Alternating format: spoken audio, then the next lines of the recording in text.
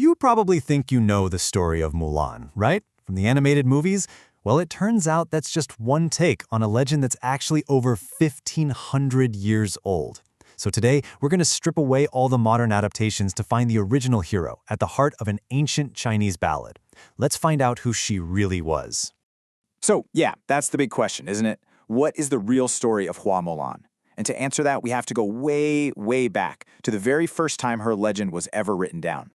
Believe it or not, our only real source is the Ballad of Mulan, a folk song from the Northern Wei dynasty. And what's super interesting about this period is that it was ruled by the Tuoba, who were a nomadic people. Their culture was a bit more egalitarian, than later dynasties, which provides the perfect backdrop for a story about such a powerful female warrior.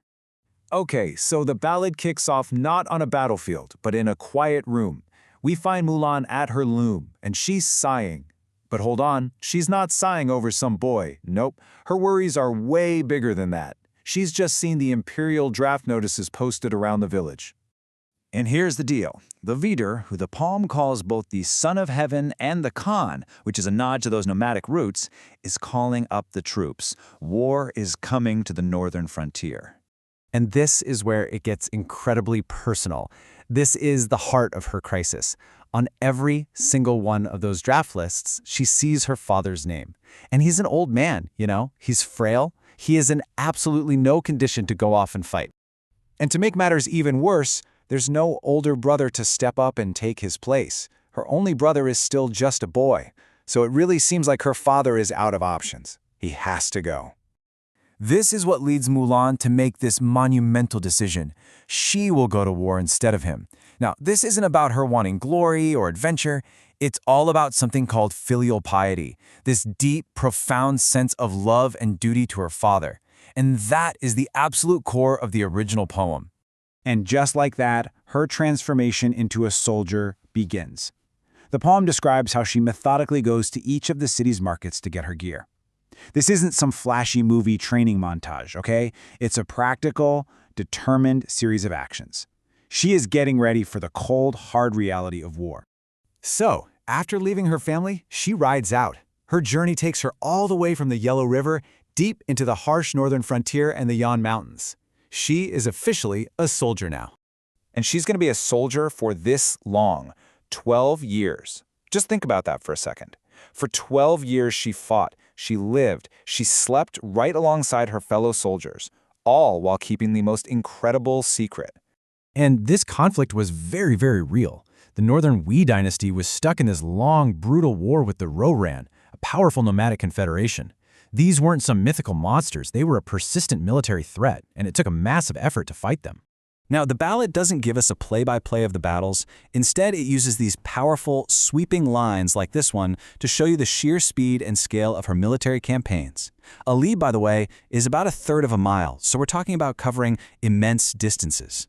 The poem does an amazing job of capturing the feel of her life on the frontier. It wasn't glorious. It was cold nights, the constant threat of an attack, and the hard gleam of moonlight on armor.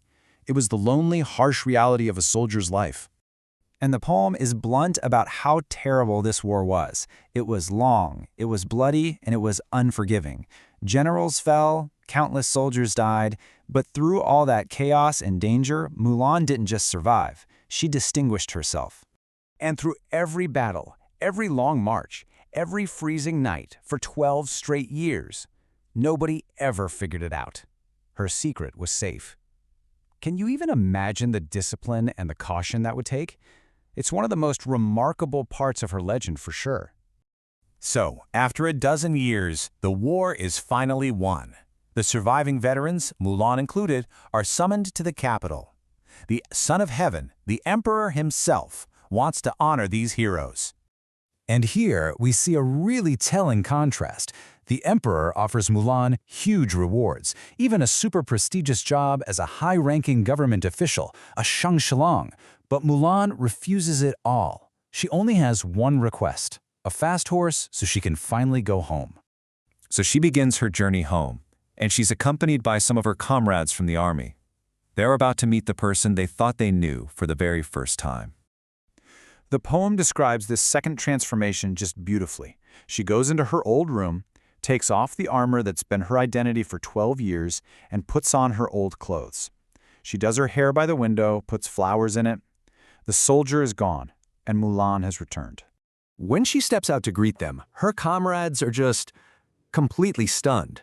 They're standing there, jaws on the floor, looking at this woman who they just can't believe is their Mulan.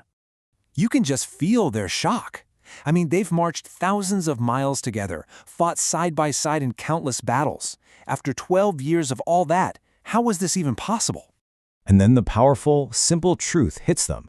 The distinguished, battle-hardened veteran they had served with for over a decade was a woman. And how does Mulan explain it? Not with some long speech. She gives him this famous, poetic metaphor. She basically says, you can tell the difference between a male and female rabbit when they're sitting still, sure. But when they're both running for their lives, side by side, who can really tell them apart? And right there, that's the ultimate message of the original ballad. It leaves us with a question that still hits home today. When things get real, when you're fighting for survival, does your identity matter more than what you can do? Or is the only thing that matters that the person running beside you is keeping pace?